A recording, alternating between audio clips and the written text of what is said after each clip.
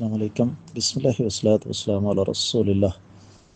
سوال آ گیا کہ ایک آدمی عمر میں بڑا ہے، بیوی بچے ہیں، مصروفیت ہے، کاروبار، بزنس، تجارت، سروس، ملازمت، کھیتی باڑی، دکانداری، کوئی بھی معاملہ ہے، لیکن اسے دین سیکھنے کا شوق ہے، اسے کیا کرنا چاہیے؟ دو تین کام ہیں کرنے والے۔ سب سے پہلے اپنی نیت کو صحیح کرنا چاہیے۔ دوسری چیز، اپنے اللہ سے دعا کرنی چاہیے، رب زدنی علما۔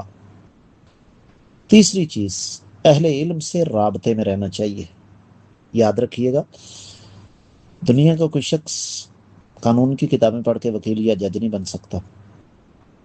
دنیا کا کوئی شخص میڈیکل کی کتابیں پڑھ کے وہ کبھی بھی ڈاکٹر نہیں بن سکتا۔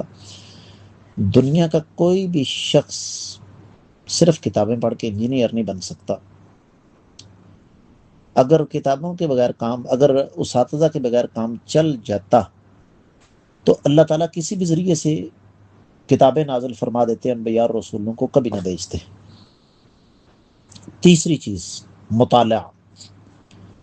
جس طرح کہ اگر آپ مختصر تفسیر قرآن کی پڑھنا چاہیں تو حافظ صلاح الدین یوسف صاحب کی رحمہ اللہ، ان کی تفسیر احسن البیان بہترین ہے۔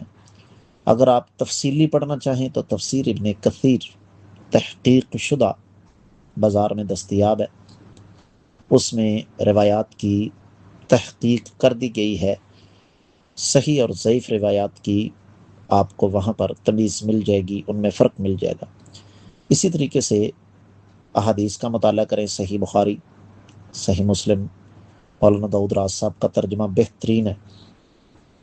پھر اقبال کیلانی صاحب کی کتابیں ہیں، بہت پیاری کتابیں ہیں، ان کتابوں کو ٹائٹل سے لے کر ٹائٹل تک پڑھیں، مقدمہ، تفصیلات آگے۔ پھر اس کے ساتھ ساتھ سیرت پر الرحیق مختوم بہترین کتاب ہے، اس کا مطالعہ کریں۔